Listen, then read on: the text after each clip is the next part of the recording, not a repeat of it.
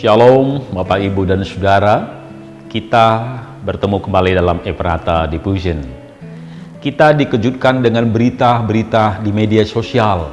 Satu demi satu orang-orang yang kita kenal, sahabat, teman dekat, keluarga, mereka meninggal karena COVID-19. Sebagian di antara kita dukanya berlapis. Baru saja ada keluarga yang meninggal. Beberapa hari kemudian disusul keluarga yang lain. Duka belum habis, datang lagi duka yang baru. Itulah yang dialami sebagian di antara kita di masa COVID ini. Dalam menanggung duka, kesedihan pun bertambah karena tidak dapat mengantar orang yang kita kasihi ke tempat peristirahatan. Kita menyaksikannya lewat Zoom dari rumah. Bahkan ada yang dari rumah sakit dan tempat isolasi. Seorang istri bertutur tentang duka yang dia alami karena kehilangan suaminya.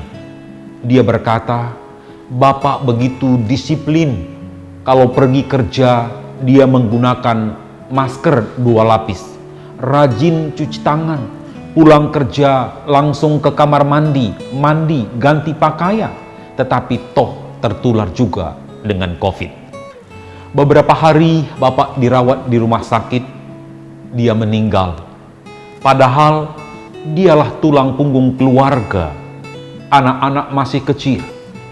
Bapak, Ibu, dan Saudara, siapapun dapat mengalami kehilangan di masa COVID ini. Tidak ada yang kebal di antara kita terhadap virus ini. Apa yang menjadi penghiburan bagi kita di masa duka? Penghiburan kita adalah kita pernah bersama-sama orang-orang yang kita kasihi. Kita dapat mengenang kebaikan mereka, perhatian dan keteladanan hidup mereka. Kita saudara seiman, berempati bagi saudara-saudara yang berduka. Walaupun di masa COVID ini, rasa sosial dan kepedulian kita sepertinya berkurang, karena kita tidak dapat datang menghibur dengan tatap muka. Namun kita dapat menghubungi mereka, mendoakan mereka. Mari kita melakukan apa yang dapat kita lakukan untuk meringankan duka sahabat teman kita. Kita percaya bahwa perpisahan kita dengan orang yang meninggal adalah perpisahan yang sementara. Kelak kita akan berjumpa dalam kekekalan di rumah Bapa.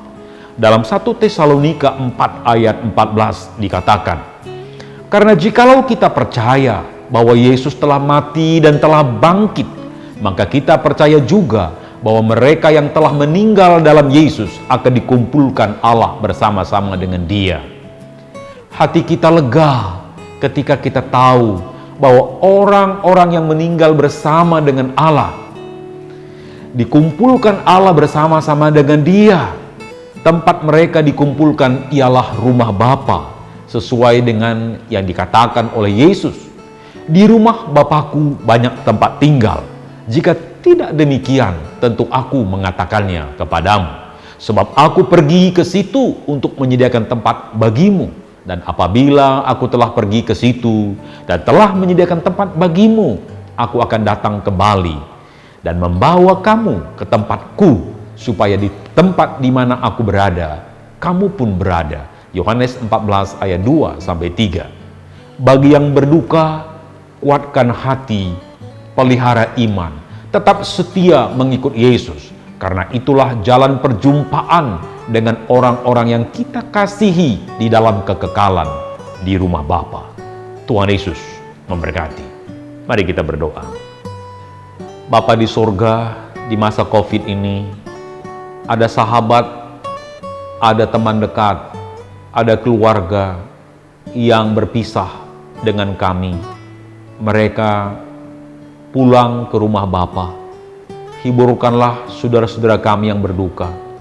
Tolonglah kami juga sebagai saudara seiman, berempati, menguatkan, menghiburkan mereka yang berduka. Ingatkan kami di masa kedukaan, bahwa orang-orang yang kami kasihi telah bersama dengan Allah di rumah Bapa. Satu hari kelak kami akan berjumpa kembali dalam kekekalan. Topanglah kami yang masih lemah, yang hidup di dunia, supaya kami setia di dalam Tuhan, tetap mengikut Yesus dengan setia, sehingga satu hari kelak kami akan berjumpa kembali dengan orang yang telah meninggalkan kami. Di dalam nama Tuhan Yesus kami berdoa. Amin.